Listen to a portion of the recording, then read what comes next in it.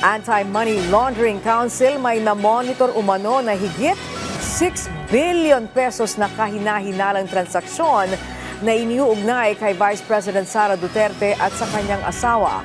Kabilang ito sa mga inilatag sa pagpapatuloy kahapon ng impeachment proceedings ng House Justice Committee. Si Vel Custodio sa sentro ng balita. Noong 2019 at 2024, kahit na 5 po, wala po siyang dineklara na cash at saka cash on hand. Tama po ba?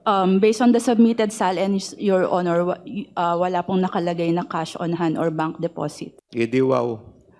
Matapos silatag ng Office of the Ombudsman ang mga statement of assets, liabilities, and net worth ni Vice President Sara Duterte at ng kanyang asawa na si Atty. Manasseh Scarpio mula 2007 hanggang 2024. Lumutang sa pagdinig ng House Committee on Justice na walang idineklarang cash on hand at bank deposits ang Vice Presidente mula 2019 hanggang 2024.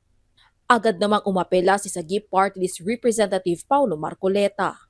The SALNs discussed were not attached in the original complaints. Hindi po sila kasama sa original complaints.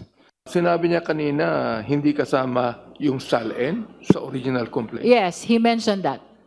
Oh, I'd like to clarify. Paano niya nasabi yun? Kasama eh. Ito, babasahin ko. Vice President Sara Duterte committed culpable violation of the Constitution and betrayed the public trust in amassing unexplained wealth and failing to disclose all her properties and interests in properties in her SALN.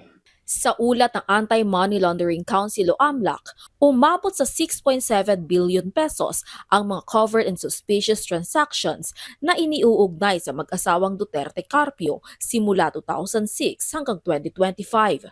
Napansin din sa pagdinig ang malaking pagtaas ng kanilang mga transaksyon mula 2009 hanggang 2013 na may taunang average na lampas 400 million pesos. Pero ang ikinaduda ng komite ay ang mga transaction records si VP Sara at Atty. Man Scarpio simula 2019 hanggang 2024 sa AMLAC, gayong hindi naman ito idineklara sa SALN. Ayon kay AMLAC Executive Director Ronel Benaventura, patuloy nilang minomonitor ang mga transaksyon at ang ulat na pinagsama-samang datos mula sa nakaraang taon. Batay naman sa sworn affidavit ni former Senator Sonny Trillanes, may mahigit 111 million pesos sa kabuuang transaksyon na pumapasok sa bank account si VP Sara. Kabilang dito ang mahigit 2 bilyong pisong joint bank account si Vice President Duterte at ang kanyang ama na si dating Pangulong Rodrigo Roa Duterte. Nakatanggap din umano ang pamilya Duterte ng pera mula sa kilalang drug lord na si Samuel Uy. Ang total po na natanggap ni Sara Duterte mula dun sa drug lord ni si Sammy Uy ay 22,322,538.21 habang mayor siya ng Davao City.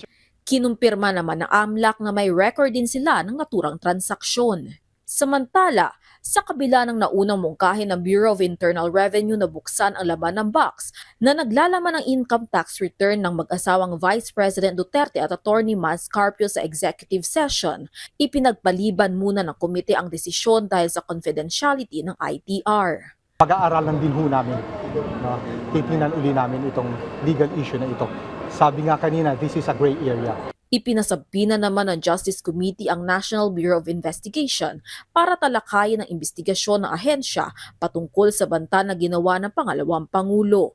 Inaasahang sasalang ang NBI sa susunod na hearing sa April 29. Vel Custodio para sa Pambansang TV sa Bagong Pilipinas.